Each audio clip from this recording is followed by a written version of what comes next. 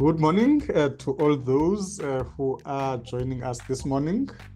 It's 10 o'clock on the dot from my side, and I believe it is on your side, assuming that you are joining us from South Africa, of course, because this is a global platform. Welcome to our installment of October of this webinar series, which is coming a long way, looking back that we are in the fourth year in 2024 in hosting these webinars. Really, the intention being looking at the solutions that are out there. We talk about challenges. We then decided that let's not dwell much on challenges. Let's rather look at the solutions, learn from the best practices. And it's for that reason that we always strive to bring the best panelists in terms of our webinars. This is Zolani, and the surname is Zonyane, currently the moderator of these webinars, but also the director of Editorial within the Municipal Edge. We've got quite interesting panelists this morning. But even before I acknowledge each of them, let me welcome our audience. As always, we appreciate and value your inputs. Our chat box is open. Question and answer function is also open, because you do assist a lot in driving the conversations themselves. We've been saying, I will also say this morning, it's not about us as the runners of these webinars, but it's more about you as the audience. Your insights, your contributions have proven to be valuable in the past. We also invite you this morning so that you can be part and parcel of the conversation. On that note, our theme or topic for today, it is also more to look at how best can we enhance accountability and governance at a municipal level. But even that one, it's not really about accountability being the flavor of the day. It's because of the failures that we see, that we observe, that we experience within local government itself. It is for that reason then we said we can't complete or finish this year without having looked at that particular topic, looked at empowering specifically you, the audience, who must also be part and parcel of the accountability. Because when I talk at times, I say, if you look at governance within our government system or framework, you've got the citizens and other stakeholders who play quite a critical role on how we govern our institutions at the public service level. From the citizens, we've got your public representatives who come out of us because we do elect them for them to represent us, who then are responsible in terms of the service delivery, the first and foremost, but also the development of the areas that we live in. How do they look, the environment we exist in?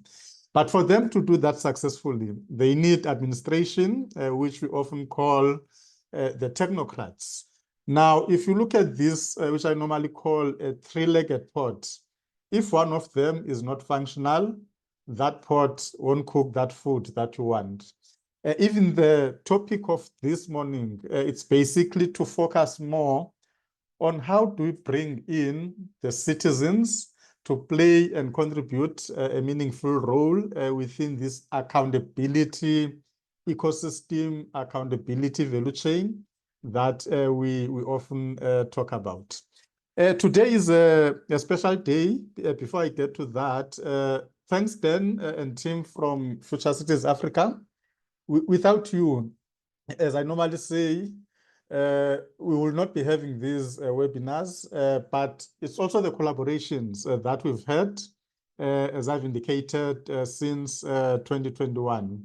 They have played quite a great role in looking at the feedback of either the panelists or guests we have had in these webinars, but also the audience. they do see value in what we do, and that's basically what we want to achieve. As I said earlier, it's not about us, but about those who we serve, and you have contributed immensely in that journey. Let the collaborations continue, and between me and you, we know that there's a great future that lies ahead.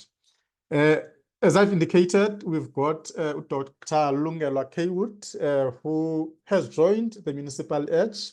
That was earlier this year, but for one reason, we have not been co-hosting these webinars.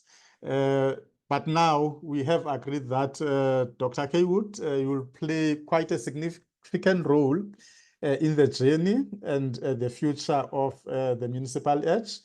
Probably let me allow you as a co-host just to greet our audience so that they can know exactly who am I driving this car with this particular morning.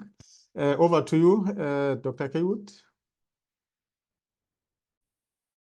Thank you, Zolani. Good morning to everyone that is in attendance this morning. I apologize that my video will be off for some reason this morning. I thought I had good connectivity, but I am having issues. So I am just switching it on so that you can all see who you are talking to. And thank you so much for joining us this morning. And thank you, Zolani, for that wonderful introduction. I will switch the video off now just for the brief introductory remarks on my side. Yes, we are hosting this session this morning with the hope that we can perhaps engage as colleagues, as people that are working in the sector, to try and see how best can we contribute in our conversations in terms of enhancing accountability and governance in our municipalities as a critical aspect to achieving effective service delivery and sustainable development. I think we all know that the AG has consistently highlighted issues of non-compliance that are varying and a lack of consequence management, not just in local government, in fact, in the public sector in general. And one would perhaps understand that for municipalities to address these, they need to try to prioritize transparent financial practices, and it is only through these transparent financial practices that we can then, hold each other to account. And so community ethical leadership would play a critical role in fostering the culture of transparency, the culture of integrity and compliance with several municipal structures. So I'm hoping this morning that today we can engage perhaps on some of the Auditor General's recommendations and the whole accountability ecosystem that they have been proposing, to see how best can we then lean towards a more accountable and transparent local government. Thank you. Thanks a lot for that, Doc. You've done it better than I would have done. Thanks for those opening remarks. And again, they set the scene quite nicely. And in also bringing on board our audience, we have already engaged with our panelists. Also, welcome, Slu. I see that you've joined right on time because we are right at the beginning.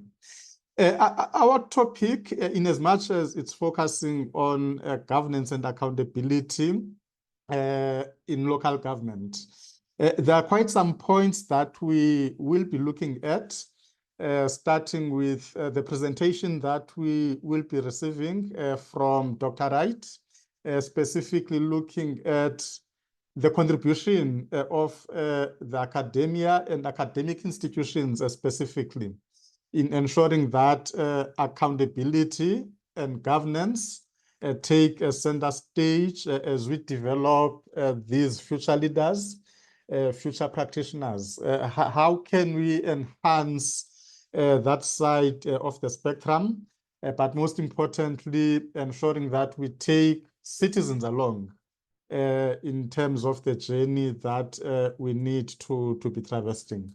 We also have Uslu, as I've indicated, The full name is Selokela, one of, I would say, people that I follow, people that I listen, as she's the host in Hope Alive Radio.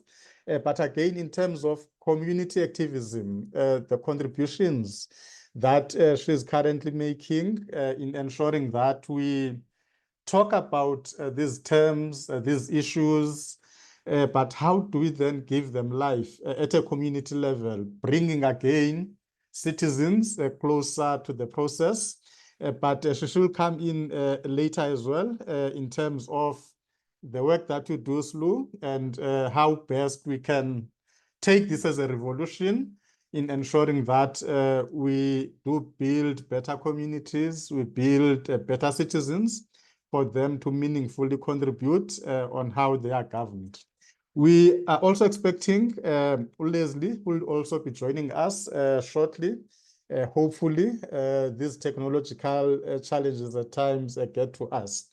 But his input really will be more around his experience from Auditor General, as he has worked in that office for quite some time, but more on making these audit outcomes simpler for understanding.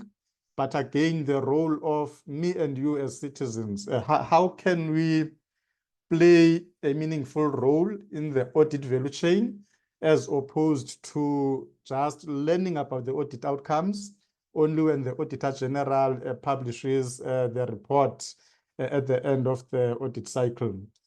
We believe as the Municipal Edge and Future Cities Africa that collectively we can contribute, we can play a role on how we are governed and become part and parcel of the governance value chain that we're talking about. On that note, I'll hand back to my co-host, Dr. Kaywood, just briefly to introduce our lead presenter for this morning. And then thereafter, we'll be taking a presentation that will assist us in setting the scene from Dr. Wright. Over to you, Dr. Kaywood. Thank you so much, Zolani. I'm hoping that she is still with us because I don't see her from my end. But well, I call her Johandri, apologies, but Johandri, Dr. Johandri Wright, is currently a postdoctoral researcher with the Dullah Omar Institute that is in the Western Cape, University of Western Cape in Cape Town. So she's serving here as a postdoctoral researcher currently at that institute. She's a distinguished legal scholar. She's an attorney admitted at the High Court in 2022. She is a holder of a PhD in Law and Development from the Northwest University, which was awarded in 2021. I'm sorry, Johandri, I had forgotten her topic, but her focus mainly really, her research is rooted in public governance with a particular focus. I've never seen someone that is so passionate about corruption as Johandri. So her focus is your corruption, good governance, financial sustainability, and whistleblower protection. Many of you perhaps would have seen her on television being interviewed in that regard. So her interdisciplinary approach bridges law with social sciences, politics, economics, and it really reflects her passion for holistic and impactful legal research. That is where I will end for now, my co-host. Thank you. Yes, you can go ahead, Doc. Yes. Okay, thank you. So I'm just going to maybe switch off my camera while I present. It might be easier for those with lower bandwidths.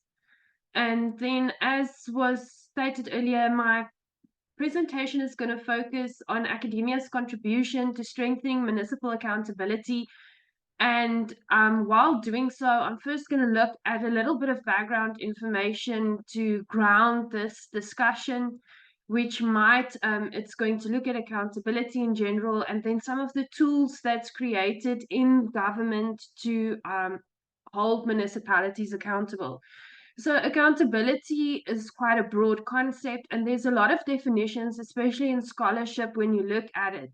But at its core, it's basically an obligation from government to explain how its powers and duties are exercised, and then to acknowledge when they make a mistake and to inform the community of that mistake, and also to say what will they do to rectify this mistakes that might have been made.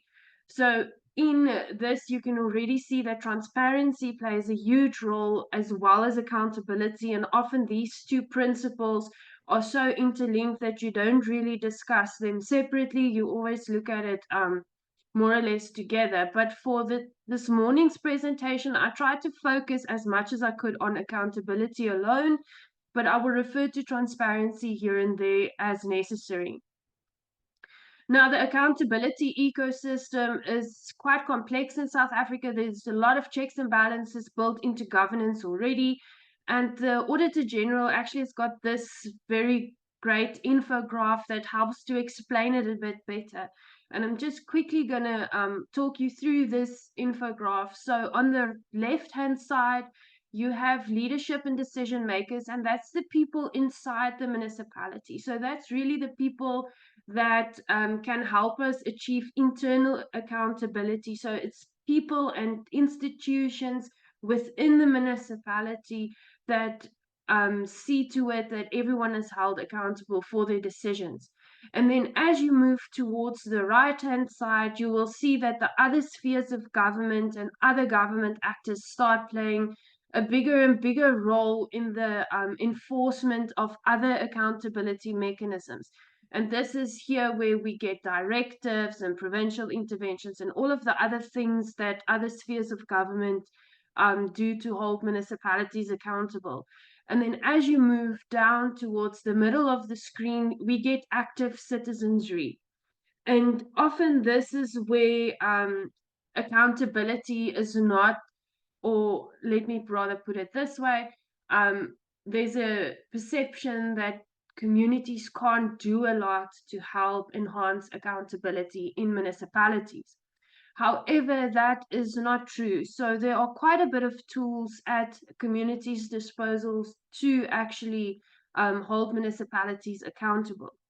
And then I wanted to add another couple of actors to this accountability ecosystem. And the first one is, apart from communities, it's our NGOs, academia, and research institutions. So these actually form part of the community. And this is really where we start conversations and we try and increase our knowledge on certain problems that might hamper accountability. Then on the far right side, we also have our Chapter 9 institutions, such as the Auditor General of South Africa and the Public Protector. And at the influence of policies and tools and things that municipalities can use to make them more accountable is SALGA. And SALGA is often overlooked, and they've come up with quite some innovative solutions. And we're going to look at one specific one later on during this presentation. And then lastly, we shouldn't forget the judiciary. So the last, let's say, 2 to 3 years, the judiciary has become more involved in helping us get solutions to hold municipalities accountable by way of structural interdicts. Now, some of these were more successful than others, but it warrants mentioning. Now, I'm not going to look at all of this because this will take way too much time. So I'm just going to look at a couple of key actors with some of the most prominent tools for accountability in local government. So the first place to start for me would then be the national government. So they've got a couple of tools, and I actually wanted to go more into the different structures in national government, but that would have taken too much time. But it would just warrant saying that these are people like National Treasury, Department Planning, Monitoring, Evaluation, Department Cooperative Governance and Traditional Affairs, and then the other ministries that is head of technical divisions such as Department Water Sanitation. So the first tool is directives or compliance orders, and these are scattered across certain specific legislation. So this basically gives a national department or a minister the power to give a directive or a compliance order that sets out how a certain failure the details of a certain failure by a local municipality to comply with certain standards, and then it gives some steps on how this should be remedied. A good example of this is the Section 31L compliance order that the environmental inspector can issue, but there are others in other legislation as well. Then national governments can also approach the courts, so it's not just the community that can approach the court for some help, but here there are some, let's say, red tape. So first, the national department has to engage in the municipality for, in terms of the Intergovernmental Relations Framework Act, where they first have to engage in an ADR-like process to solve the dispute.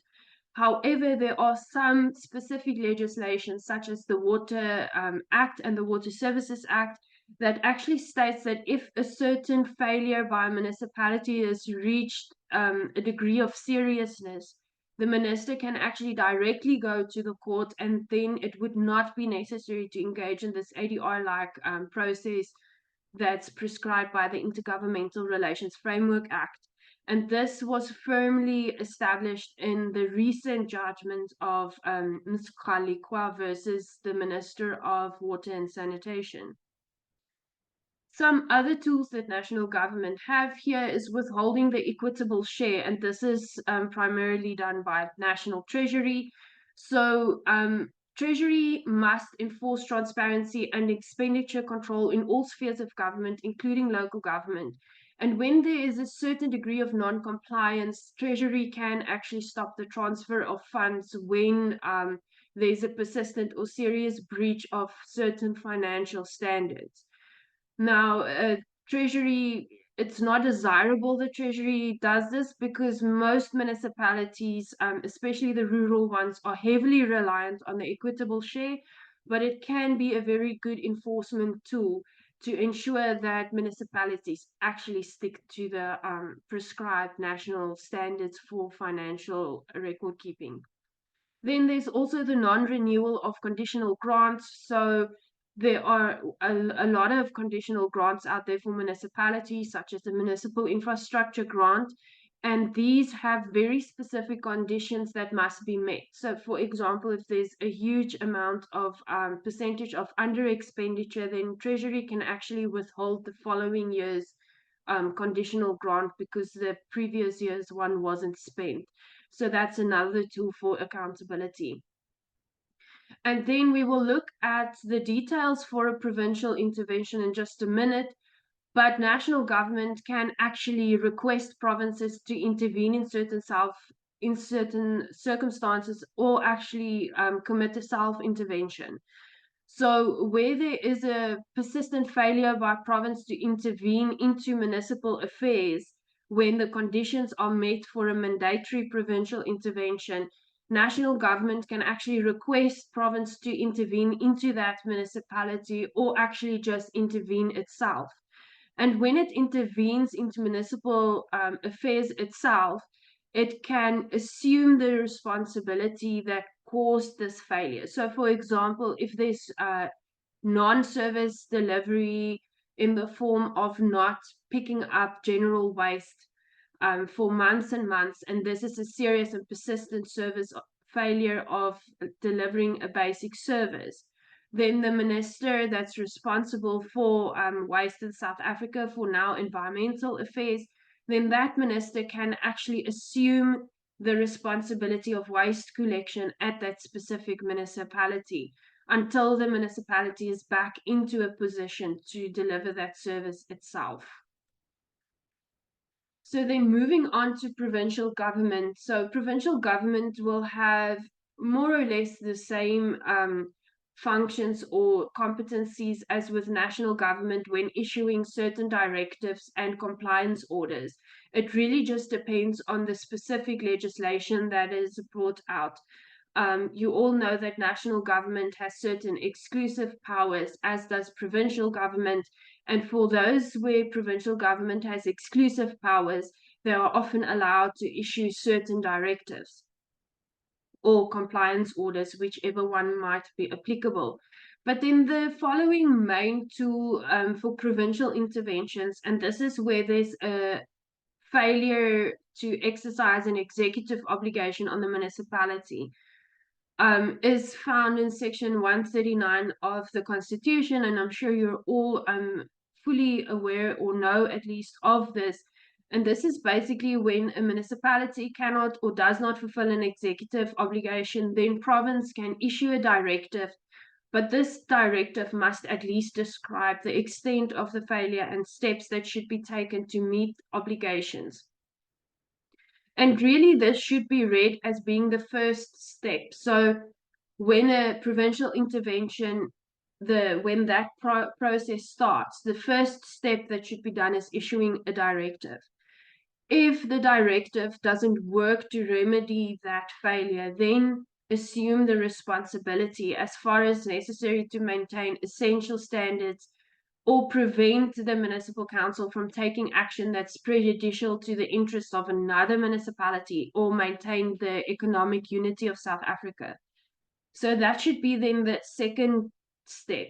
And the last step, only if the previous two didn't work, then we resort to dissolving council and appointing an administrator. And it's important to note here that that administrator can only be in power until a new council is appointed. So it's a little bit contrary to what we see in practice at the moment happening with provincial interventions. And there's a lot of issues surrounding it. It actually creates a lot of power deadlocks amongst province and municipalities. And I think this is going to be, well, that's what the new amendment bill is trying to fix, is trying to make the provincial intervention process a bit more aimed towards remedying the failure in a municipality instead of province intervening to the extent that it becomes a power grab. So then there are two more types of provincial interventions, and these are aimed for financial problems. And we don't see a lot of them being invoked. It seems like section 1391 is the most commonly used one. And this is for provincial treasury has to actually apply for these or follow these procedures. Now, section 1394 is where the municipal council does not approve a budget or a revenue raising instrument to give effect to the budget. And the provincial treasury actually has to or can dissolve council immediately and appoint an administrator until a new council is appointed. And while this is being done, province has the power to approve a temporary budget and related instruments.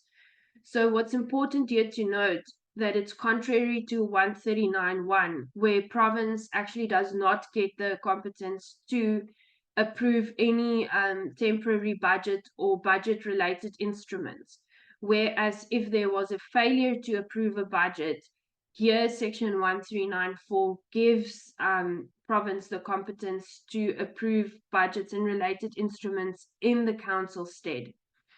So then the next one is in section 139.5, where it states that if there's a financial crisis and as a result of this crisis, there's a serious or persistent material failure to provide basic services, then province must impose a recovery plan and can dissolve council if it does not aim to comply or if it does not take steps to comply with this recovery plan. Province may also assume responsibility insofar as the municipality fails to implement this recovery plan. These recovery plans actually have to be drafted with the Municipal Financial Recovery Center, which is a center that's got the expertise to take municipalities that's financially dysfunctional and create a plan to get them back to financial health. So these were the tools, or the main tools that national and provincial government has in terms of enforcing accountability in a municipality. And this really speaks to their monitoring and oversight roles that they were given. But one must not forget that they've got an equally important supportive role. So I didn't give all the tools that national and provincial government actually has to support municipalities. So in other words, to give municipalities the means to actually comply with all of their obligations. So this is before we get to a failure to deliver services. This is a role of national and provincial government to give resources to municipalities, to give skills to municipalities, and so on.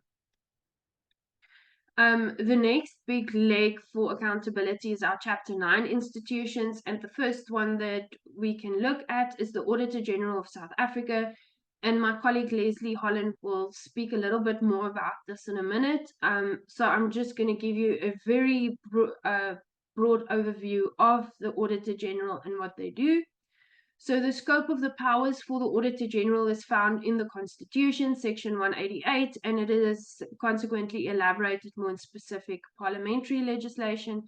And they basically have to conduct audits to test compliance with financial regulations and to see whether or not municipalities materially comply with all of the other legislative prescripts.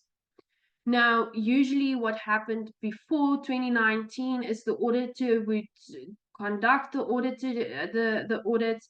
There would be an audit report, and this audit report would make certain findings and could also give one recommendations, but there were no enforcement mechanisms beyond that. And what we saw in preceding years was that there are continuous material irregularities that's being highlighted with legislation and financial regulations, and they were never addressed. So each year there would just be more irregularities and more findings against municipalities without municipalities actually going back and addressing them based on the audit report that's presented to them. So then the Amendment Audit Act came into effect in 2019, and it introduced a new process for dealing with material irregularities. And basically this process takes place in 3 steps, whereas the first one, with your first audit report, findings would be made, and if there's material irregularities, the Auditor General would refer it back to the municipality and give the municipality an opportunity to address this themselves. And then the municipality either addresses these irregularities or not. So, and when they do not address these irregularities, then the Auditor General can actually take binding action. So they can make recommendations and set out steps, and these are binding. The municipality has to implement it. And then thirdly, if there's still a failure, then they can issue a certificate of debt against a specific person, usually the accounting officer. So first, what this does is it gives the municipality an opportunity to actually come up with its own plan on how to address it that works for itself. The second one is not ideal, but then the Auditor General makes the plan for the municipality and forces the municipality to basically implement it.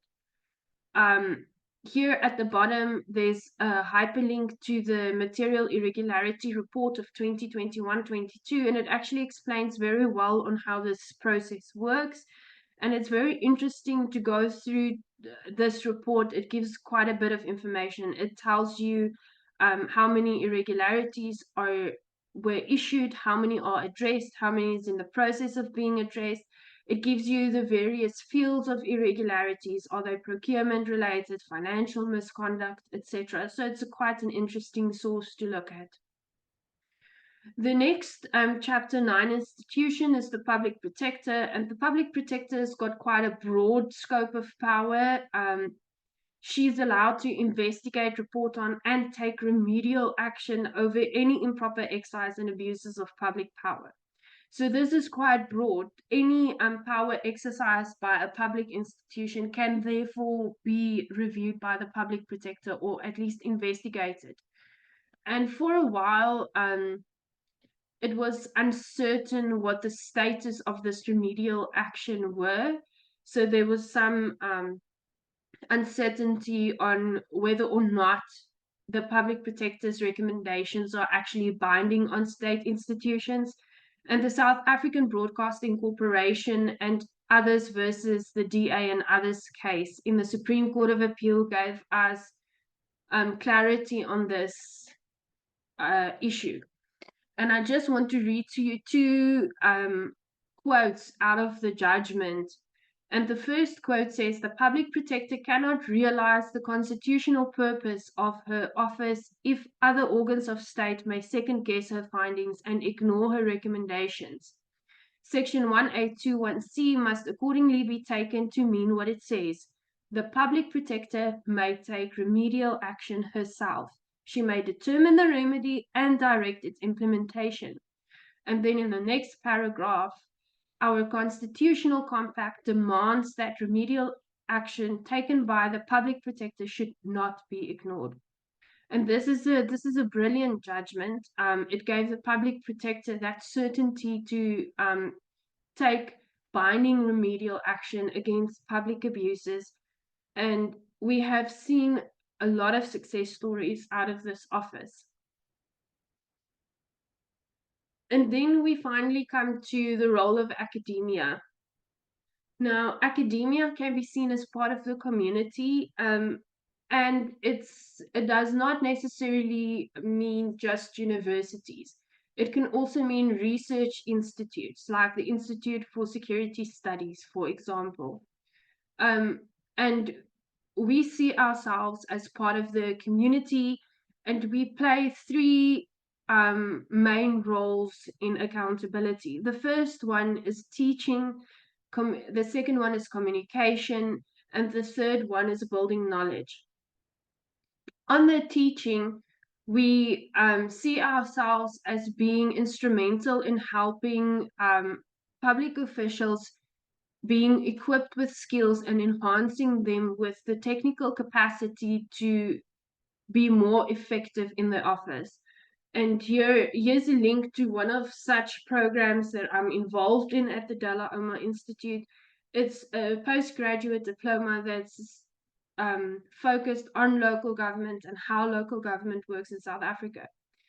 We also teach or train the prospective public servants. So universities, they offer all of these degrees and diplomas that's prescribed by the minimum core competency regulations. So that is one of the big roles that we see ourselves playing. And then the second role is communication. And it's not just about science dissemination or communicating science or our findings. We try to start difficult conversations because academia is placed outside of local government and office politics. So often we have the privilege or the advantage that we can speak our minds or say, start with the difficult conversations that might be more difficult depending on what the office politics are inside of local government. And here I'm not just speaking about party politics such as ANC versus DA or EFF or any other political party. I'm just speaking about office politics in general. Especially when you look at local government, where there is sometimes a cultural shift has to be made. For example, going from paper-based to paperless. A legacy in a certain business environment or work environment may be so entrenched that speaking up against certain things might be seen as taboo, and academia can start certain conversations without, we having to deal with the internal office politics of that specific conversation. But we also create platforms for conversation, such as this webinar. So we can, for example, facilitate or moderate inputs as part of the participation process in lawmaking. I was involved in arranging a webinar with this South African Cities Network when the bill on coalition government came out. And we arranged this webinar and invited local government officials as much as we could. And during that webinar, we actually discussed all the pros and cons of that bill and then we documented it and we could send it to COCTA as part of the public participation process. So as commenting on that bill. Whereas if there wasn't such a webinar, all of the local government officials had to go through that process of drafting a document and commenting on each of the sections in their own time. So we can create platforms for conversation as well.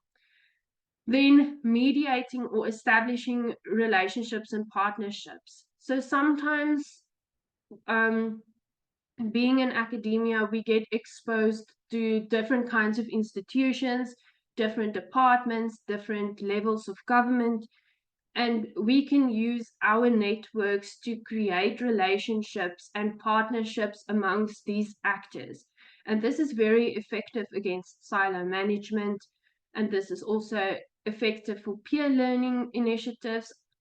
We can, for example, connect people from one local municipality to a different local municipality, and these officials can then start collaborating on certain projects. It's not the only way that relationships can be established, but it's one of the things that we can assist with. Then the last main role that we play is improving existing knowledge.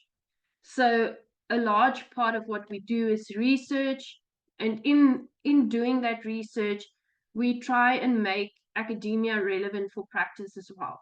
So you would get research out there or scholarship out there about accountability, for example, or about transparency, for example, but it's all theory-based and it's these lovely principles, but it's not being drawn down to what it means for people in practice and how people in practice can implement them. So we can draw that link, but we can also do research on new topics to expand the knowledge horizon. Then being in academia, we have the youth and new perspectives. So in training new people and getting new people in research, we often get the use of their new perspectives, and you can really see this being drawn through by the use of technology. The way they think about certain technologies and the way they use it can be useful for us as well. And all of this brings us some innovative solutions on how we can improve accountability in local government. And I've listed a couple of examples here that I want to share with you. So one of the first innovative solutions, and we're trying very hard to get government to buy into this idea, is to reward municipalities by reducing regulation for compliance and good governance. So this was a huge study done by Professor Ajam of University Stellenbosch and her colleagues. And basically what they did was they investigated procurement in municipalities. And they found that the municipalities that already comply with regulations or are in a position to comply with most of the regulations, they are the ones that will most likely comply with the new regulations and standards being rolled out by government. But the municipalities that's already failing to comply with what there is are less likely to comply with new regulations. And this is because it's not just a fact of complying and not wanting to comply. Often it's a choice between complying and financially surviving by the municipality, because procurement processes are quite costly. So they propose that you reduce a certain amount of regulations first, and you see which municipalities comply and don't comply. And if they comply, then they can keep the less regulation. So you reward them with having less red tape if they comply. And if they don't comply, then you tailor the regulations to suit their specific circumstances. But you can read more about this report at that link, and I'm sure the slides will be shared with you later on. The second solution is something that I worked on, and it's about a collaborative approach to solve service delivery problems. I look at using mediation and structural interdicts in solving service delivery failures in municipalities. And basically what this says is a municipality, when they can't deliver certain services, they have to approach the communities and be frank about the problem or the limitations. For example, waste collection. They might not have enough trucks for waste collection, but they would be able to collect everyone's waste if each block would put all of their rubbish bags at a certain designated point every week. So it's basically about exploring how the community and the municipality can meet each other halfway to solve certain service delivery failures until the municipality is back into a position to resolve the service delivery failure. And then there are the VESA tool and Procurement Watch. These are two tools that's developed by Corruption Watch for increased transparency. And this just gives some key information that's necessary to see whether or not there's a corruption problem, and in so doing, there's a bit of accountability built into it. Now, this is not limited to local government. The VESA tool is actually specifically for the police force, but it is done in such a way that Corruption Watch can adapt it to work for local government. It tells us where reports of corruption is coming from. It tells us how many police officers are employed, how many police stations there are. So it's certain key information that a community member would need to exercise his or her accountability tools towards the police force. So if we could develop a tool such as this for municipalities, it would be immensely helpful. And then there's Procurement Watch. It's co-hosted by National Treasury. It's on National Treasury's website. And this is quite an interesting tool because for each and every deviation that takes place in a procurement process, it gets listed on this registry. So even the ones that takes place in local government is listed on that website. And this is also one innovative solution that we can see when there's deviations, why there's deviations, etc.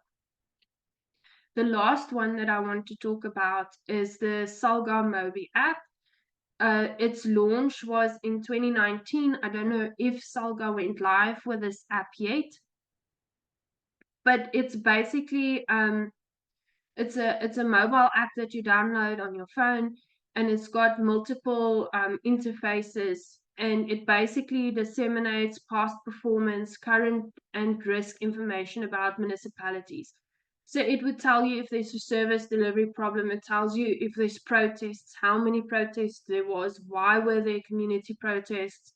It's quite a host of information that they wanted this app to share. And you can find out more about that on that link as well. So as you can see, the role of academia and knowledge institutions is a lot more than just creating more knowledge. It can actually help towards the whole accountability ecosystem in local government. And I will leave you with that this morning. No, thanks a lot, Doc, for that empowering submission. And again, it touches to what we want to achieve, because we are about empowering not only our audience, but everyone else who will be in a position to view this recording, learn from the outcomes of this conversation this morning. As I've indicated to my panelists and the audience, we've got Uslu, and unfortunately she has to leave us about 11 o'clock, which I will allow you, Uslu, to come in and also touching on some of the questions that came from Terence, if you've been watching the chat, because I think you might be the relevant panelist to link your own experience in dealing with the public daily in terms of the service that you do through Hope Alive Radio. But for me, it's most importantly on your community activism part. Dr. Wright mentioned active citizenry in her presentation. Are we doing enough? If yes, can we enhance that? If not, what we need to do with people like you already doing something in ensuring that we bring all these role players together so that we can have better services, improved governance, and we ensure that we give life to accountability. Over to you, Slu. Thank you so much, Zolani. First of all, just confirm if you can hear me. Yes, we can hear you. Okay, thank you very much. Good morning, colleagues.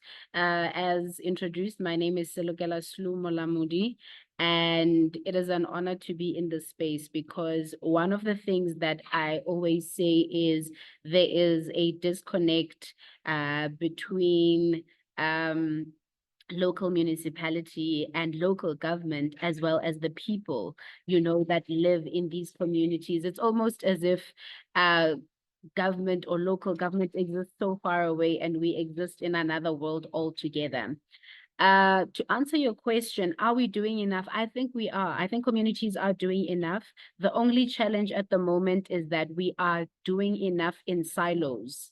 And there is power in numbers. So if we can just get to a point where communities are able to get together and build towards fighting for a certain goal or establishing a certain system to ensure that there is that connection between residents and local government, I think we would have moved into the right direction. Also, we need not to forget that we have got community-based organizations that exist within these very communities. So it's active citizenry, but it happens in silos, and it's almost like there is a box for those that are active citizens and others, and it really shouldn't be the case. On to Dr. Wright's point on active citizenry. Honestly, we are in an interesting position right now as a country. I mean, we find ourselves in the government of national unity. And I say find ourselves because I don't know how many citizens can actually say, yeah, this is what we wanted. This is exactly what we had hoped would come out, right? But we are at a point where active citizenry is needed now more than ever. And considering the fact that 2026 is local elections, that already speaks to the fact that there has to be some kind of galvanizing that is happening on the ground to make sure that residents are engaged. But how do people engage when the services they want rendered are not rendered? Just this morning, we learned of a community not so far from Kempton Park that has been without power for 2 months. And as a result, a child who was on a life support machine died. An elderly woman also died. What do you say to community members that find themselves in those communities? And I do want us to, whether as academics, as broadcasters, as people in these spaces, to rid ourselves of the beliefs that people in communities don't care. It's not true. It's not true that people don't care or people are disengaged, but the reality is the bread and butter issues of how our municipalities are run, of how our local government engages with us are a big problem. You look at the kind of scandals the kind of stories rather that have been coming out, safety of children. Excuse me, the safety of children in schools, now the safety of children even in communities where once again the township economy is in the spotlight because of who owns the local spaza shops, and so we must never make the mistake of going into communities and thinking that people don't care. I think the biggest thing that we can all take away from this conversation is that we've got to change the way in which we engage with our communities. When it comes to things like community education on policy awareness and that sort of thing. It is important that we walk into these communities with an open mind, but most importantly with an active listening ear, because that could also change the way in which we come up with these strategies and these solutions. It's very important that we get into communities to listen to communities instead of talk at communities, because most times language then becomes a barrier. I mean, just listening to Dr. Wright, I could imagine, at a community gathering somewhere in Tembisa, and people sitting and looking at Dr. Wright and thinking, oh my God, what did she say? So it's not to say the information is invaluable. Absolutely not. The information is important, but we've got to bridge the gap by also, making the language much easier for the layman to understand. Because at the end of the day, we want to move our communities forward together, right? And that means academia, research, stakeholders, NGOs, everyone has got to come together. But that means language then has got to be common ground where we can find each other. And most importantly, to just continue doing the work. I mean, as a broadcaster, part of my role in the community is to bring these conversations onto the platform. But that is not enough, because then it means when the show ends, then the conversation has ended, which is not true. So we have got to be patient in doing this work. We have got to move beyond our webinars and get into parks, get into Stokvels, get into football clubs, get into the community halls, get to a point where some terms, in fact, most terms, are no longer foreign to our community members. We've got to get to a point where we can talk to a 60-year-old about policy and they don't somehow feel excluded or feel like we're talking about something that does not exist because they were not able to get their SASSA grant the previous month. So those would be my submissions. I'll leave it there. Over to you, Zolani. No, thanks a lot for that submission, and quite a valuable point that you've made in actually going to communities. And I often raise this as also part of awareness, which many of our citizens, communities are not aware of, to say, by law, on a quarterly basis, that councillor ought to come back and account to you as citizens, something that is not happening. And I think those are some of the issues as citizens that we need to take up to say, how do we then begin to usurp our role? If they are not coming to us to account, how do we then draw them in so that we can hold them accountable? Thanks for those inputs. And I'm also looking forward to future collaborations, specifically on the issues that you're talking about, on empowering citizens, going to them and talking the language that they understand.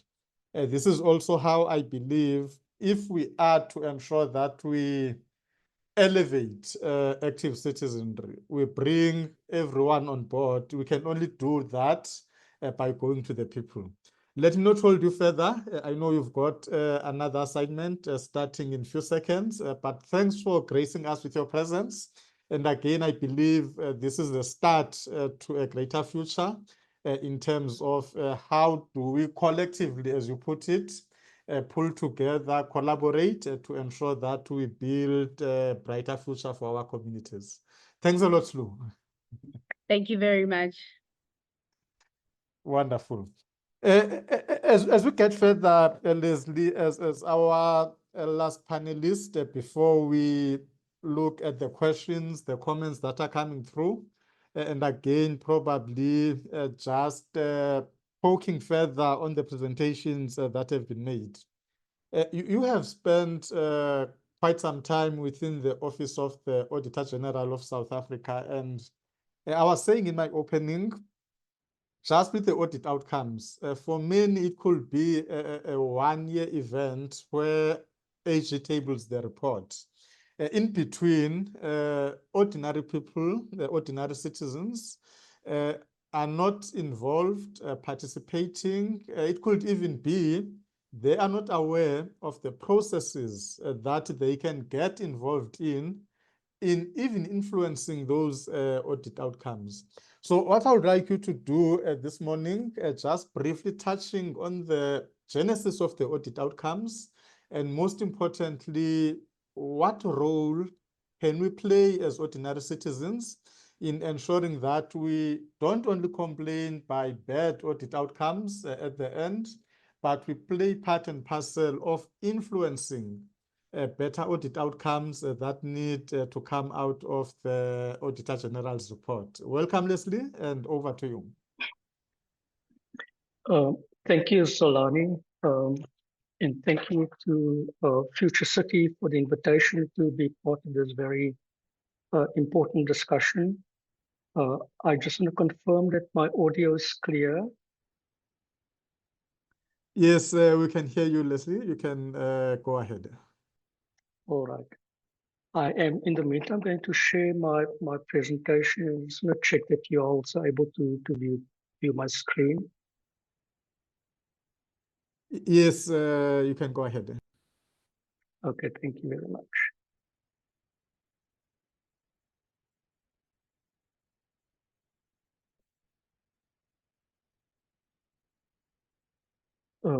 Just to make sure that it also is moving along as we go.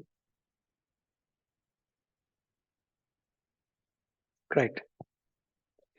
Zolani, you're raising a very important question, because ultimately at the end of the day, the audit outcomes, as the Auditor General has indicated, is a very important event in the life of a municipality that demonstrates how a municipality has managed to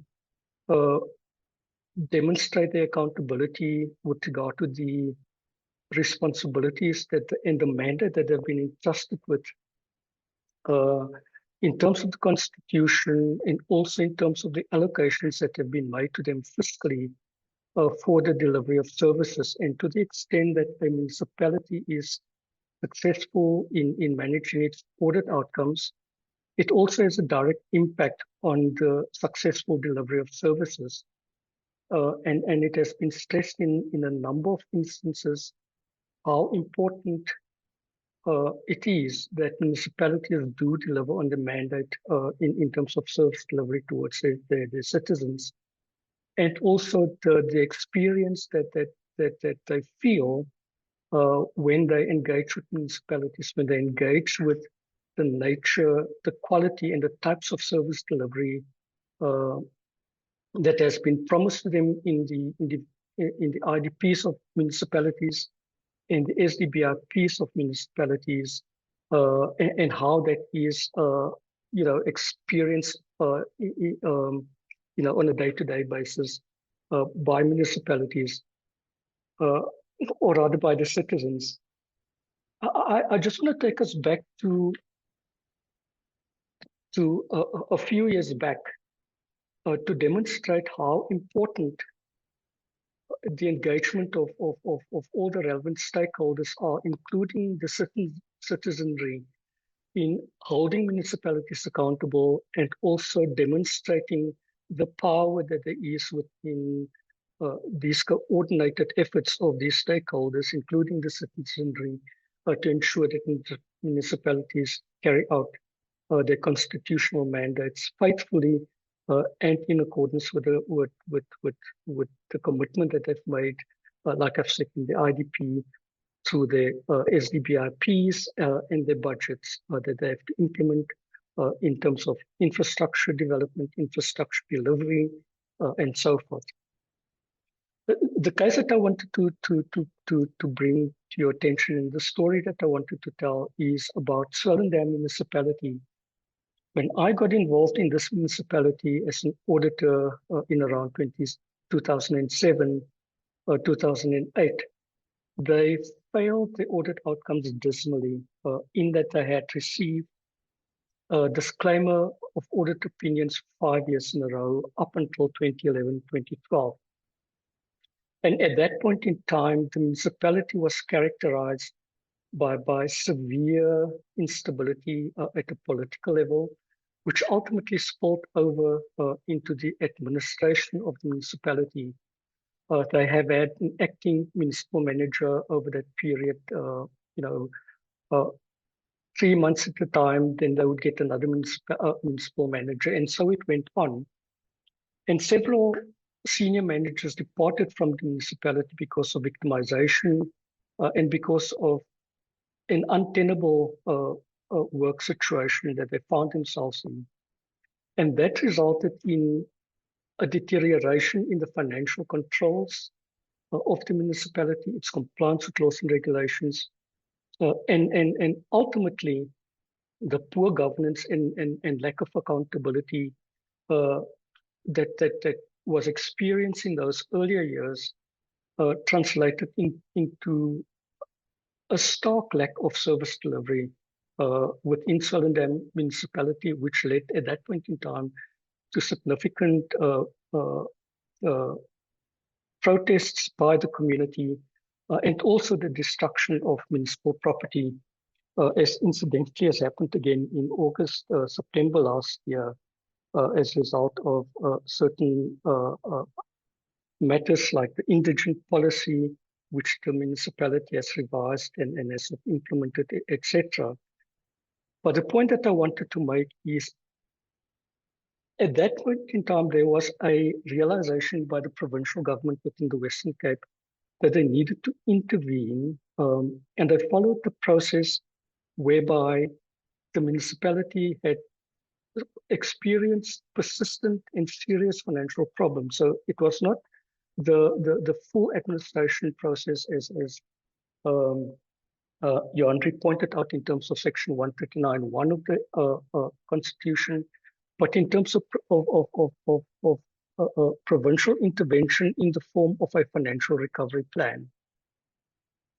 And together with the provincial government, particularly the provincial treasury and the Department of Local Government, they've devised a recovery plan for the municipality, which ultimately brought about stability at both the political level and also at an administrative level, which was a turnaround for the municipality at that point in time. And it led to a sustained improvement since 2013, 2014, up until last financial year, when they had a slight blip in their audit outcomes as a result of findings on compliance with laws and regulations. But it demonstrates the significance of that coordinated effort of all the significant role players, which also included internal audit and the audit committees at that point in time, to ensure that the municipality was held accountable for good governance and good financial management. And that takes us into just looking at what the audit outcomes were for municipalities last year at a very high level. These results have been communicated very widely, so I'm not going to go into detail, but I'd just like to highlight the fact that we still have consistently few municipalities that have attained clean audit opinions compared to the other categories of audit outcomes. What was quite notable in the audit outcomes of last year was the improvement in the disclaimer audit opinions, where we had 14 compared to 22 in the previous financial year. 14 is still significant in that disclaimer of an audit opinion is one of the worst audit opinions that one can get in. It demonstrates clear lack of accountability and financial management, in that the auditors are not able to express an opinion on the financial statements as a result of significant internal control deficiencies, one of which places a limitation on the auditors to carry out the audits on the financial statements in the area of compliance with laws and regulations, and also with the audit of performance information, but primarily as a result of limitations in the auditing of the financial statements. The municipalities still continue to experience high levels of non-compliance with with laws and regulations, and it goes back to the point that Johandri made around the complexity that municipalities experience in dealing with these laws and regulations, in particular supply chain management regulations, but more so because of the lack of appropriate systems and processes to ensure that there's proper compliance with the required laws and regulations. In terms of service delivery reporting or performance reporting, it was quite disheartening that almost half of the municipalities still experienced material findings in their performance reporting, which indicates that the performance information that they report on service delivery targets is not credible and is not reliable. And therefore, that calls into question the quality of the services and also the volume and the nature of the services that are provided to.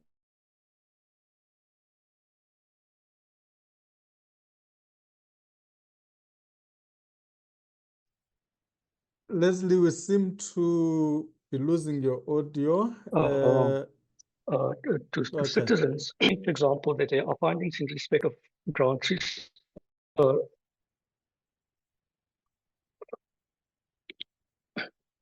Can you hear me now?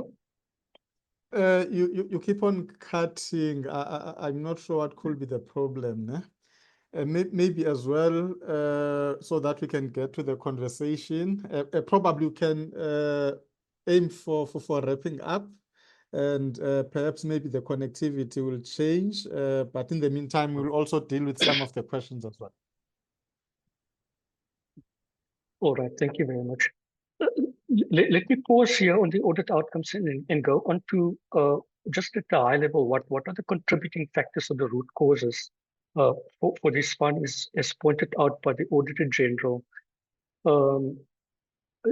Just point out again if there are any issues that with the audio that I can attend to.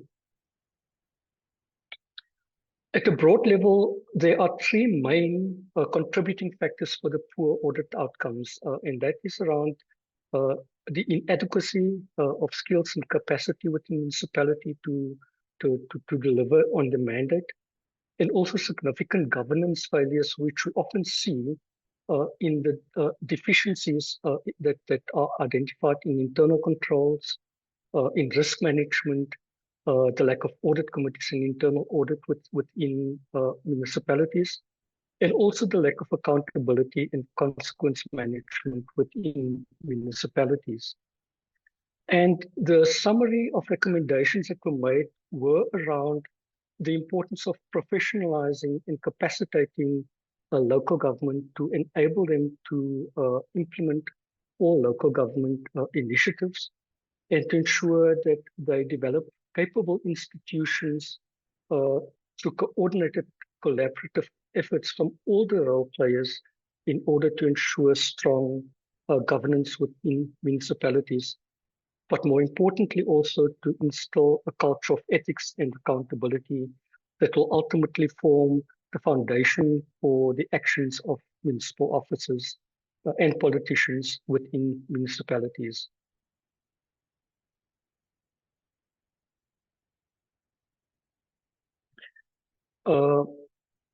Johandri has dealt with the role players within the accountability ecosystem, and I'm going to briefly look at the role of these accountability role players to ensure that there is improvement in the audit outcomes within municipalities. And I've grouped them together just for the sake of ease of presenting and also making sure that, you know, that level of coordination and collaboration is seen throughout the manner in which these key stakeholders need to exercise their respective legislative and also other policy mandates in terms of their roles and responsibilities. Firstly, if we look at municipal councils and mayors, which include council committees like the municipal public accounts committees, they have to do more to ensure that vacancies at key levels within municipalities are filled. The Auditor General has been reporting for a number of years on vacant positions at the municipal manager level, senior management levels, including chief financial officers, which have a debilitating effect on ensuring that significant internal control deficiencies are addressed, and to ensure that appropriate internal controls and processes are implemented to deal with the audit findings and to make sure that proper governance and proper financial management takes place. They're also responsible to oversee the development of action plans and to monitor the implementation of those action plans to capacitate the various units within the municipality, and also, quite importantly, to monitor the implementation of consultancy reduction plans and skills transfers of skills to municipal officials where consultants are involved. And you may recall that this was a pertinent requirement of the cost containment measures and regulations which National Treasury introduced a few years ago. These bodies are also responsible to ensure that municipal public accounts committees and disciplinary boards are adequately capacitated, and where they don't exist, to ensure that they are established. And I know that National Treasury has been doing quite sterling work around assisting municipalities to establish and capacitate municipal public accounts committees, including the establishment of disciplinary boards. Although there is a high prevalence that they do not necessarily have the desired impact on the audit outcomes, and once again, this is an area where municipal councils and mayors can do more in collaboration with provincial treasury, in particular, to capacitate audit committees and internal audit to carry out their work, but more importantly, also to ensure that they have a direct line to council and that there is an adequate response from council to their recommendations and their reports to ensure that internal control deficiencies are in fact addressed. One of the other important areas that falls within the responsibilities of municipal councils, mayors in particular, is to ensure that they do adopt and implement appropriate frameworks managing consequences within municipalities. And once again, there is a very detailed document and framework which National Treasury has developed over the last few years that is being rolled out to municipalities to enable them to develop their own consequence management and accountability framework, taking into account the financial management, misconduct, and criminal proceedings regulations, in order to ensure that that serves as a legal basis by which to hold officials accountable in the case of financial misconduct in particular. But also importantly, one of the other key roles of these oversight bodies and committees is to ensure that they do support and monitor the responses of the accounting officers of municipalities to resolve material irregularities that might have been raised by the Auditor General. Okay. If we look at the coordinating institutions. Sorry, Leslie, if maybe you can use the last 5 minutes to wrap up now, because we will need probably about other 30 minutes just to deal with the comments and questions that are coming from the audience. Okay, I'll definitely wrap up in the next 5 minutes.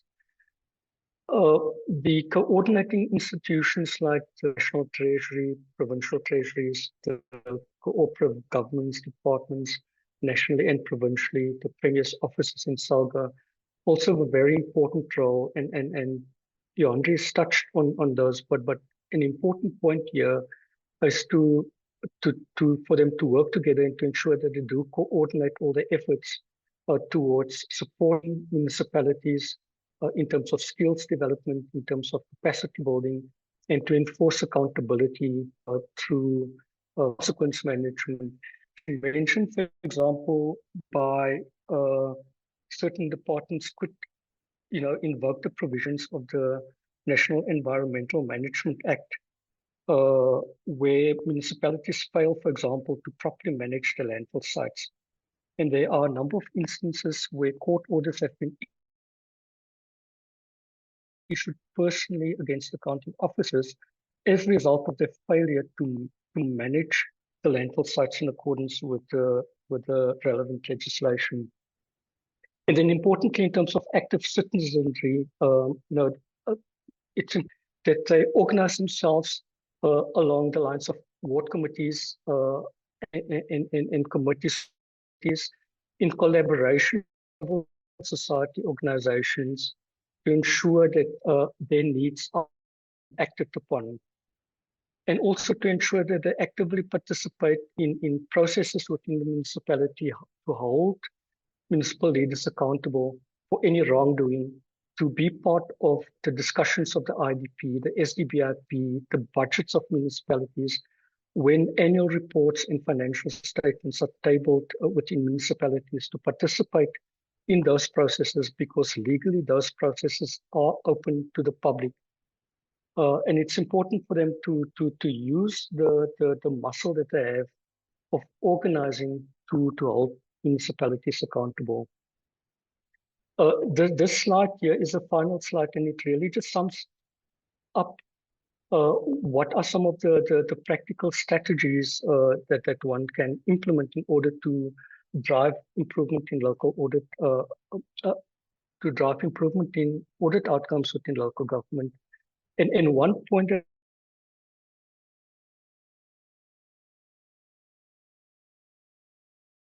that I'd like to emphasize, where there's for them to consider the adoption of a system of combined assurance with municipalities, taking into account the municipal specific sector focus that is set out in the King 4 report, that enable municipalities to follow a coordinated approach around dealing with combined assurance, that I believe will be one of the key strategies to enable them to hold municipalities accountable to improve their audit outcomes. I'll stop here, and then we can deal with questions, but the slides will be available, and I'm available also if there's a need for further engagement. No, thanks a lot for that input, Leslie. As indicated, the main idea really was to have this information out to the public, specifically around the audit processes. As I was indicating earlier, for many, probably even outside this webinar, the audit report, it becomes an event, and it seems as if after then nothing happens.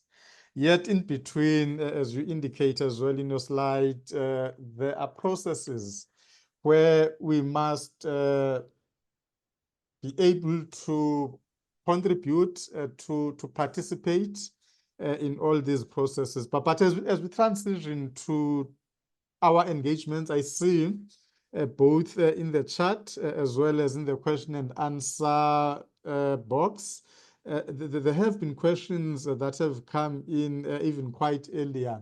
And Dr. Wright has answered some of them, and I'll just give an opportunity just to reflect on those questions.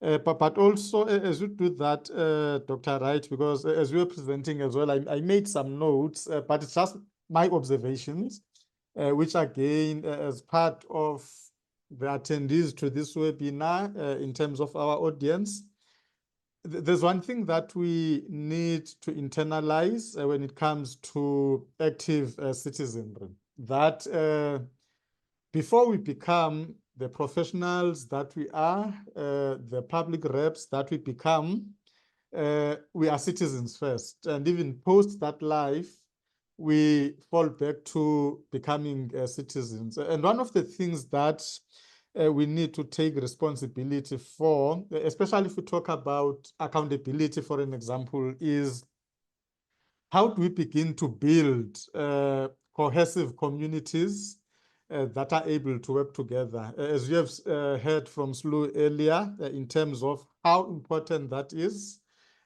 dismantling the silos that exist in our communities, that exist within other organizations within communities, because it is through those that will be able to breed the capable and skilled leadership that we want to see. Which again, Dr. Wright will be able to even look at the issue of the interventions, because if we had everything in order, believe you me, we should not be talking about interventions. But because of the failures in the system, it then forces us to have those conversations. Your reflections, Dr. Wright, and touching as well on some of the questions that have come through.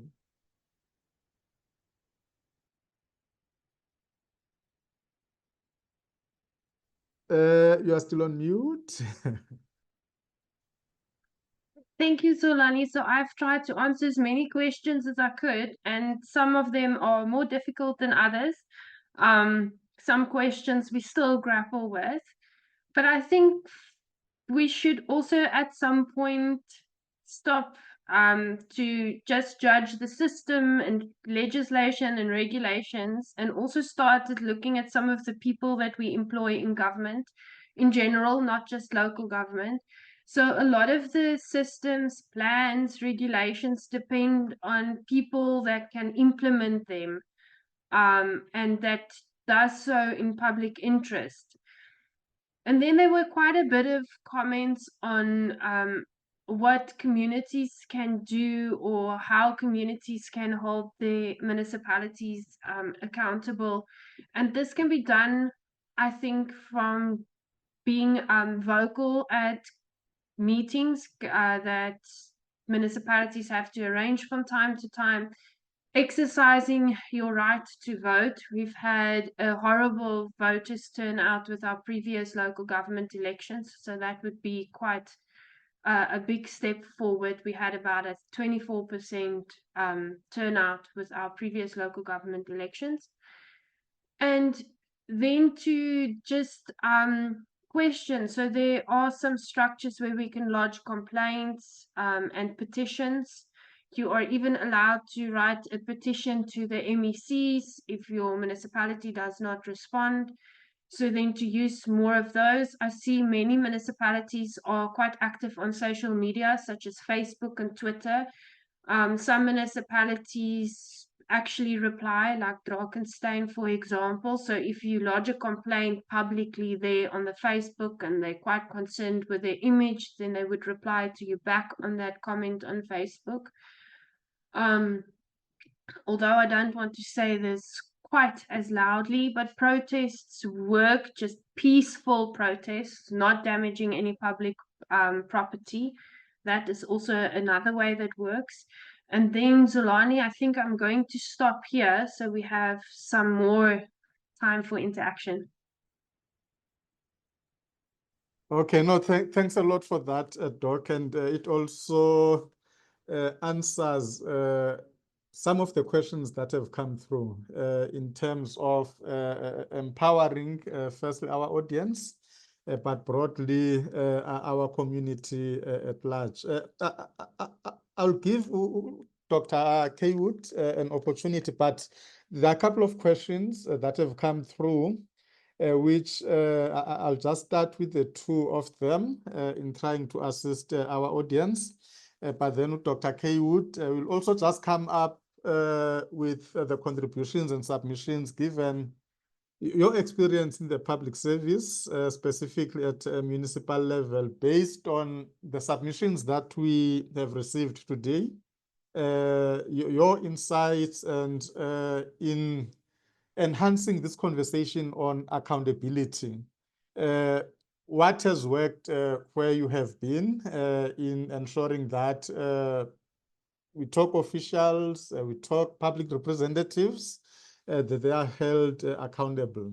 But there's a question that came from, if I start from the top, it came from Jacques van Spoor in terms of just briefly giving the overview to that question that in their recent engagement on the electricity tariff increases, it appears that SALGA and NERSA, instead of protecting the interests of captive customers, have adopted a partisan approach aimed at ensuring the survival of munis rather than ensuring a level playing field.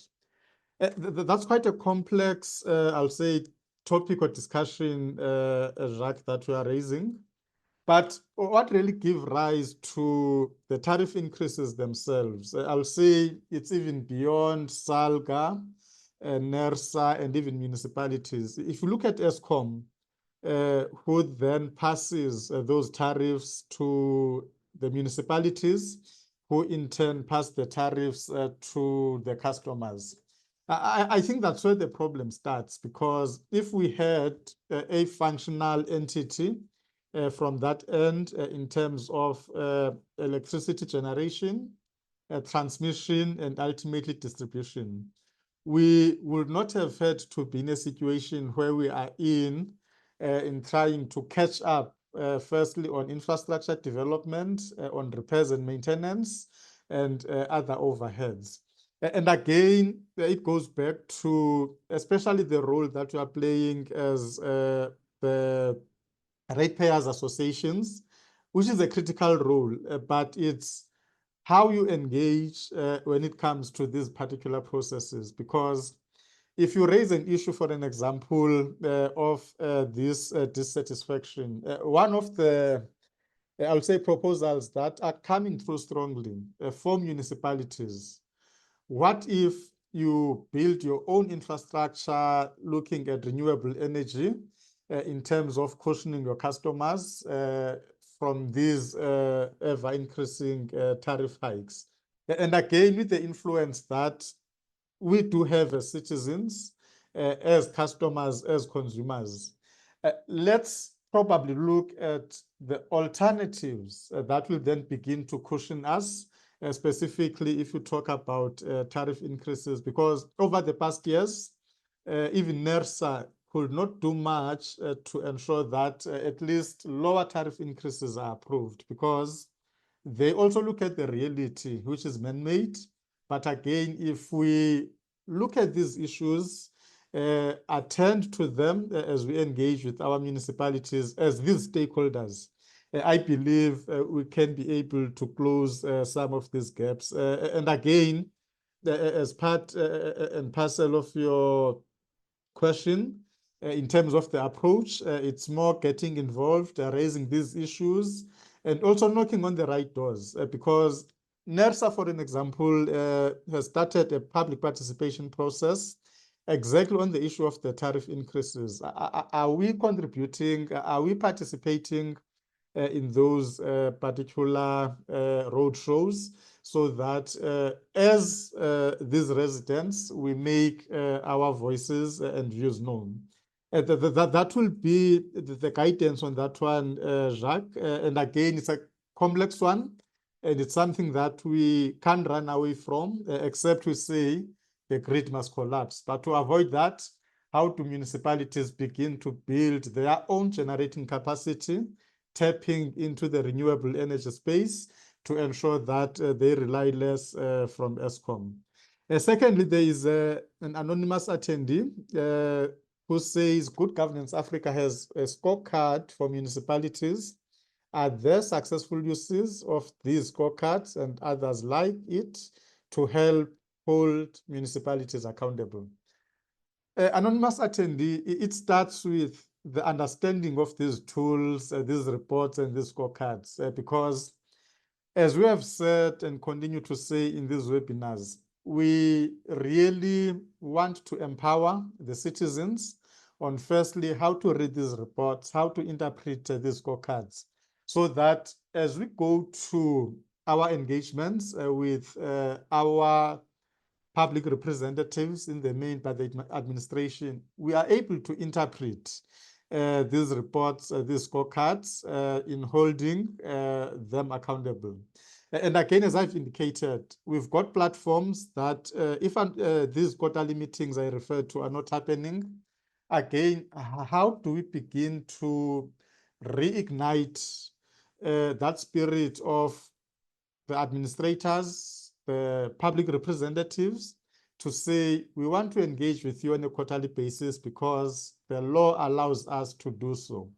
It becomes then that platform where you can use all these outcomes from these reports, the governance scorecards, as we've quoted from Good Governance Africa, even the audit outcomes, as it has been reflected. Those then becomes the platforms for us as citizens to engage successfully on the outcomes. We use those outcomes to also hold those in office accountable. I know I've taken a long-winded approach in answering the two questions, but I thought it's important to give that broad responses to ensure that we cover what has been requested by our audience. Dr. Kaywood, as I've indicated, in terms of your insights, contributions, and perhaps where are we getting it wrong based on your previous experience as an executive director in a successful municipality as well, which is Umhlatuze. Let me give you an opportunity to come in. Thank you to the presenters and everyone that is attending. I'm not going to be able to respond in terms of what are we getting wrong specifically because I come from a municipality that is deemed to have been getting it right, perhaps, with 11 consecutive clean audits. But I think my input would be, from Johandri's presentation, we can all see that the South African government has adequate mechanisms to enable accountability. But there can never be accountability without transparency and consequence management where there was lack thereof. You see, local government must enable the public to access information that they are entitled to. This information is necessary for the public to be able to formulate their own views or opinions about how some government actions and procedures are perhaps efficient and effective. And this is, openness that is required from us. We cannot be waiting for the Auditor General outcomes. They come after any wrongdoing, if any, has occurred. So there has to be this constant accountability to all the stakeholders that have an interest in local government. And we've seen in law that they are plentiful. From a national treasury point of view, COGTA, there's too much reporting in local government. In fact, there is reportedly over-regulation. So the information is out there, but it seems like it is not getting to certain individuals or sections of the society. We, as South Africa, are deemed to have a strong record of fiscal transparency. Funny enough, we constantly ranked among the top 5 worldwide for transparency when it comes to our budgeting information. So it is interesting that we have accountability issues at local government. We had a lot of questions. Thank you for the participants. The chat was interactive. We had a lot of questions. We have tried to answer some of them. I lost connection to the questions briefly, but I will try and respond to what I think has not been responded to. There was, sorry now I'm not able to see, but there was a question about how can we hold COGTA, SALGA, Treasury accountable for the inabilities of local government to account looking at their oversight role. So perhaps let me start with SALGA as a former employee in SALGA, that maybe we cannot be looking at SALGA as an oversight body when you compare to the other two. Their role is rather different. It's that of supporting and advising municipalities. So I don't think that they can be held directly responsible for the failures in local government. Because authority at the end and accountability should rest with the municipal council, the officials that are tasked with these functions, and the relevant provincial oversight structures. But when it comes to National Treasury, as well as COGTA, To an extent, being mindful that the responsibility rests with the municipal councils. To an extent, both Treasury and COGTA have an oversight role in terms of the law. Their focus areas are complementary in my view, with Treasury primarily concentrated on financial management, your budgetary controls, and economic stability within municipalities. It is for this reason that on a monthly basis, all municipalities should be reporting and do report to National Treasury then on financial management, what you call Section 71 reports and all other reporting requirements to National Treasury. So Treasury is in a better position than most institutions to actually, understand before even Auditor General comes, the challenges that are facing that particular municipality for that urgent intervention, should it be necessary.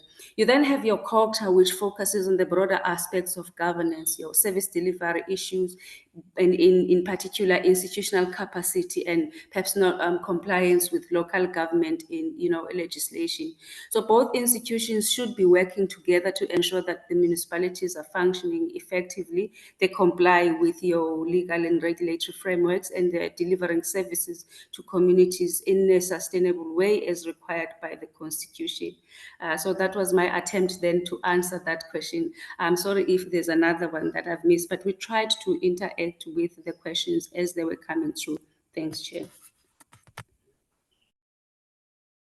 No, thanks a lot for that. And again, in terms of the insights that you've provided, they, in a bigger scheme of things, begin to bring the pieces of the puzzle together, because up to that point where even these institutions, you talk of national government, provincial government, and other role players like SALGA, as you have said, it also asked for them to pull together, coordinate in a better fashion. And again, linking to that, as I'm going to go to Leslie, because I believe that there are a couple of questions that he needs to attend to. There is a question that came. In fact, it's a statement from Sibel Mofokeng. Welcome, President. He's the president of the Chartered Institute of Audit, Oversight, Governance and Leadership, which also contributes immensely in terms of these webinars and also empowering both citizens and the practitioners. It's more on the presentation by Leslie, which provided interesting insights.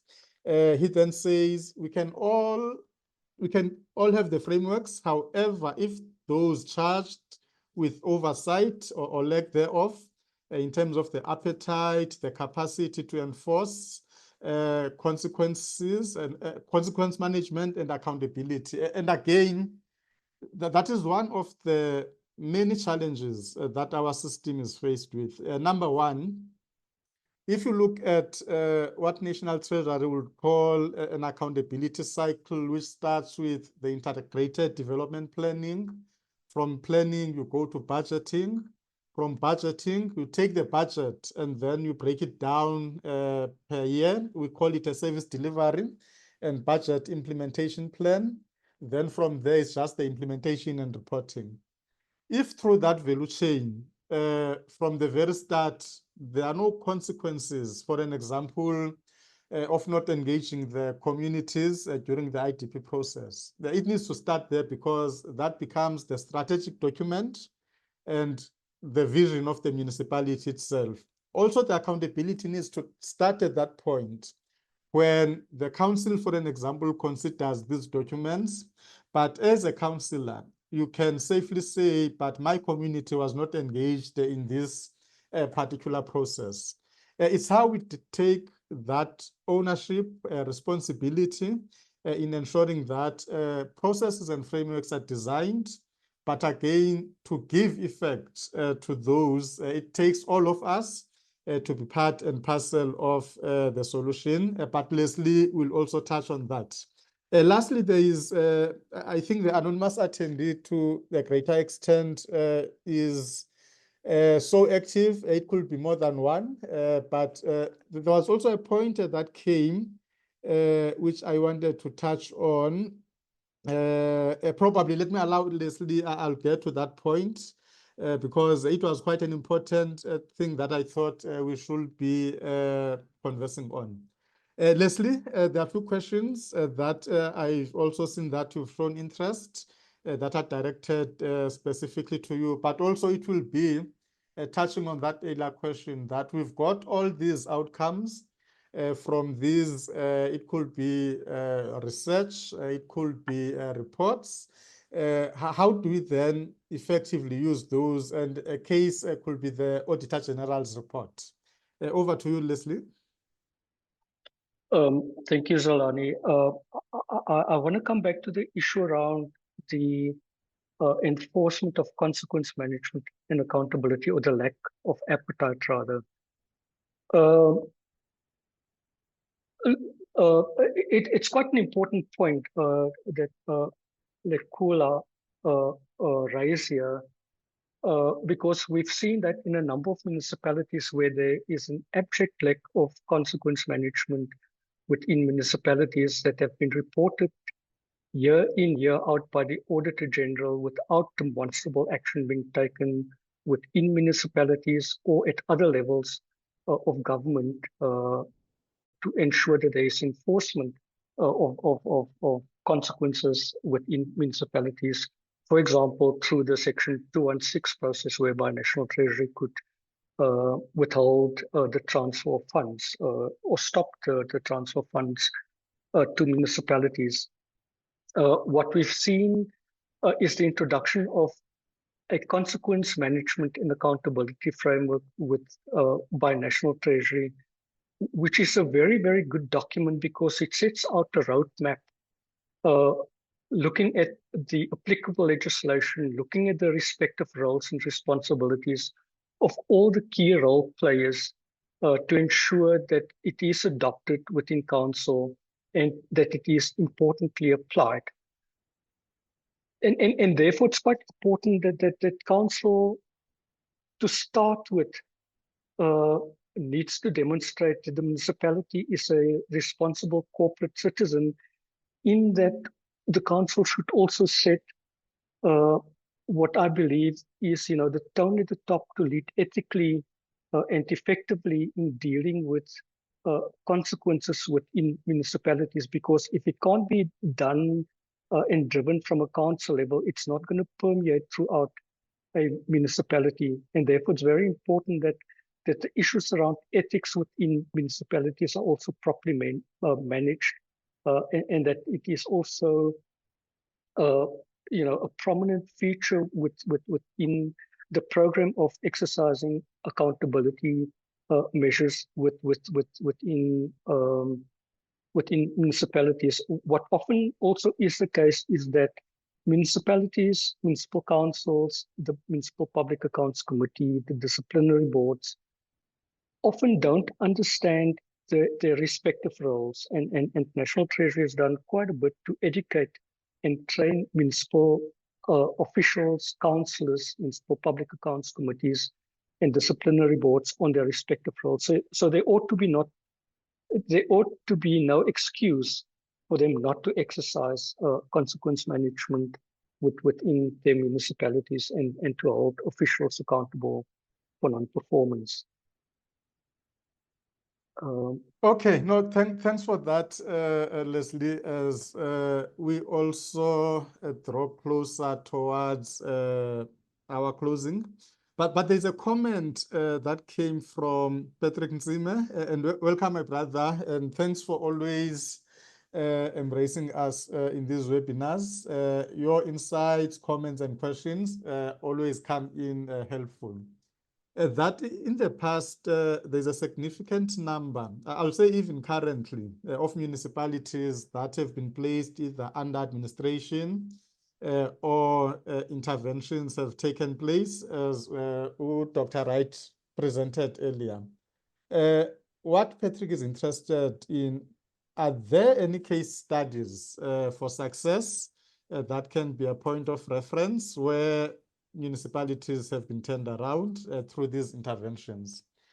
I happen to be involved in two of those, Patrick, and also to the audience in the Western Cape. And fortunately, the municipality that Leslie made an example about, excuse me, Swellendam, that was the first, because when provincial government intervened in Swellendam, things were as bad as Leslie has illustrated, starting from about 2008, 9, 10, and onwards. But the intervention then managed to change that situation around in terms of ensuring that governance-wise, we've got strong structures administratively. The officials are capacitated, supported by these structures that we are referring to. But also it was to bring the citizen part on board. As Leslie was saying, what led to the intervention even back then was more the communities rising up to say enough is enough. But again, I always say that success can only be measured over time. I always say the first 3 years, you are just rescuing the situation. Then 3 to 5, you are stabilizing. Beyond 5 years, that's where you start to see sustainability. And again, one will have to go back and say the success that Swellendam has accumulated over years, given the protests that also Leslie was referring to. What has gone wrong there so that we can start to fix those? Similarly, same intervention in Oudtshoorn municipality around about 2015. The same model that was applied in Swellendam was applied in Oudtshoorn. And again, the key is mobilizing all the stakeholders together, starting from the government side, your other stakeholders. It could be your NGOs, civil society, your business forum, ratepayers association. Through that, you are able then to bring all these stakeholders, make them understand how we got to where we are as a municipality. How do we then rescue that situation again? And with Oudtshoorn, over years, we've been seeing progress in terms of firstly strengthening the finances, but also in ensuring that we've got strong governance. But again, one, if it's following the developments in Oudtshoorn, given the recent changes in council, you name it, one begins to question the sustainability of those interventions. But what I can say, there has been progress in both cases in terms of having intervened, turning the situation around. It becomes the sustainability of those initiatives. As I will be giving my, I'll give you Leslie as part and parcel of closing, because we are transitioning now towards the end of our webinar. But as I've indicated, there was a type of a question, a contribution from anonymous attendee about joint ward committees. He or she says in our society, they are operating as individual entities without a critical mass. On the ward committees, anonymous attendee, it's correct. For me, it starts with how we select the ward committee members. And on the how, what is currently happening, it's an observation, but it has been proven in one of the sessions that both myself and Dr. Kaywood have been attending down in Cape Town, to say those ward committee members are not in those positions because they must deliver to the communities. It's about ward councillors and related structures selecting people who will then advance a certain type of, I'll say, agenda, be it politically or otherwise. But beyond that, it's also for some of the councillors to have, I would say, teams that will then back their agenda as well. It's not about what the ward committees should be doing, because in ward committees across the country, you should be having members that will represent, let's say, if we talk about education-related issues in my community, there must be a ward committee member who's responsible for that, be it health, youth-related issues, your civil society organizations. It should be a structure that represents those pockets within our society, but ensuring that their priorities do find their way to the strategic plans of the municipality, to the allocation of resources in ensuring that those priorities are attended to. In also answering that question, we still need to do a lot in dealing with the constitution of the ward committees, capacitating them to ensure that they do what is expected out of them. But beyond there, it's also the support as they execute their responsibilities. How do they interface with the council, interface with the councillor, and also interfacing with the administration in ensuring that the needs and priorities of the ward do get the necessary attention that they deserve. As we go to the close, as I've indicated, and as part of your closing, Leslie, I see your hand is up. You can also include that input so that we can deal with it. I'll allow Dr. Wright just to make the closing comments, but also touching on pertinent issues that have come through this webinar, but most importantly, with that key focus on the academia and academic institutions. They do play a critical role. And again, these are some of the issues that ordinary citizens should not be aware of. But again, as part of closing, let me hand over to you, Dr. Wright.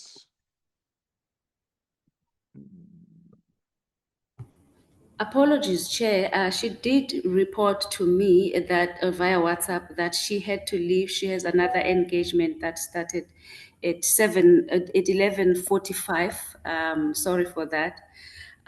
So I'll not be able to speak on the presentation that she made as an academic, but I think just to assist you on this one, perhaps as part of our theme, there was a call to action. From the presentations today, we have all seen that accountability is a legal requirement, and it's also a requirement otherwise, morally, ethically, because we are handling the public funds. It can be achieved through several mechanisms as outlined by law. We have seen that. It is in the context of South Africa where corruption is rife and it seems like there's no end to it. It is crucial for ensuring that public resources are to an extent used effectively and efficiently, not just for the benefit of the select few, but for the benefit of the citizens that we should be servicing as local government. It is also essential for the proper functioning of a representative democracy, Chair. And but accountability requires both a commitment from both political and administrative leadership. It requires robust systems. There has to be a culture of openness and not this withholding of information, because we feel if we educate our communities just enough, they might just hold us to account. Holding us to account is what they should be doing. So we should not be withholding this information. And local, national treasury and the other oversight bodies should be playing that role of presenting this information out there.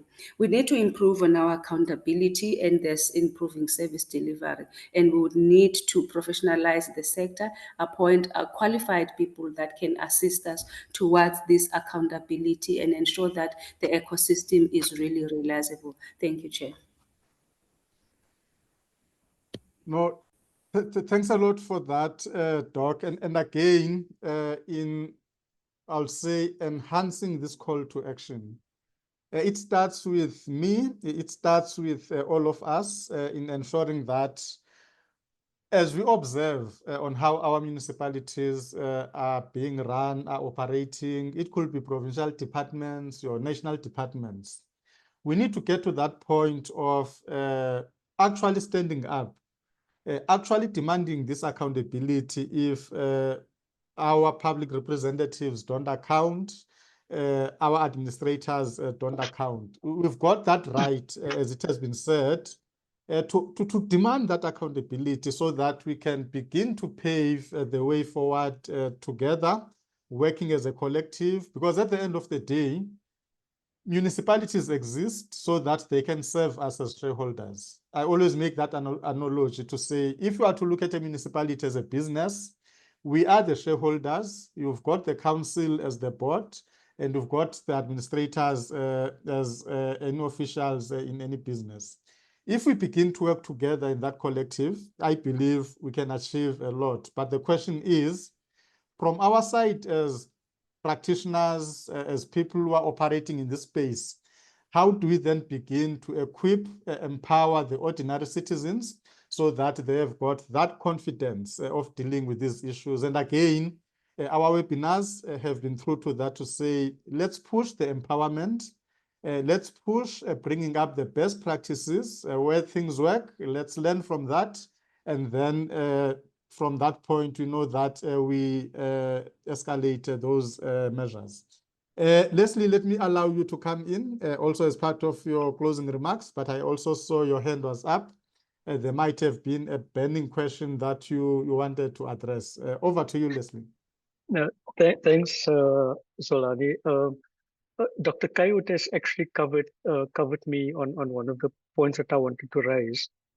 But I just wanted to say in conclusion that the point that you raised earlier around the timing of the audit outcomes is quite an important one, because it does affect the measure to which municipalities can be held accountable, given the timing of the audits, and more importantly, when the general report is released that consolidates all these findings.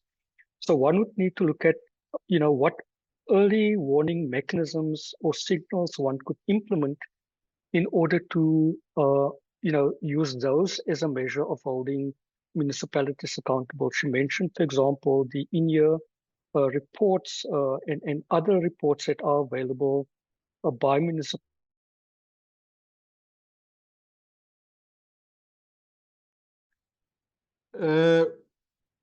We've lost you, Leslie. That are provided can you still hear us? to the provincial governments within provinces and also nationally. Zolani, did I perhaps disappear? Hello? Yes, but you are back now. Oh, thanks. So one needs to look at how such early warning signals or mechanisms could be developed to assist in the whole accountability process. But I think it's important just to once again emphasize the point that it is important for all these role players to come together in a coordinated fashion to ensure that they install a culture of performance within municipalities, a culture of accountability, and also transparency and integrity in order to ensure that local government ultimately leads to situations where the lives of people within the communities are bettered. And the audits is an important process, an accountability mechanism that contributes to that institutional mandate of municipalities. And it's important that we don't only use the audit outcomes as a once-off event, but to continue to engage with it throughout the year, because even though the timing might be a bit late, one can still continue to use those messages in the Auditor General's report as a way of engaging with all these accountability partners in order to hold local government to account for exercising the mandate as set out in the Constitution. Thank you, Zolani. Thank you, Leslie, for that closing remark. And as we come to the end of our webinar today, again, to our audience, your questions, your insights, and your comments really do drive these conversations because from the side of the Municipal Edge and Future Cities Africa, as we've indicated, ours is to bring this expertise to your disposal, the type of data information that is available that you can use as a tool in ensuring that as you participate, as you engage, as you hold the public representatives, the administration accountable, it is based from this level of understanding, level of knowledge in terms of what is available out there in assisting you in becoming active citizens. On that note, thanks again, Dan and the team from Future Cities Africa for hosting us. Leslie, thanks for making time in ensuring that we continue as these practitioners depositing the knowledge, the information, the tools in equipping all our stakeholders who must play a critical role in the accountability value chain. And most importantly, Dr. Kaywood, thanks a lot for co-hosting with me.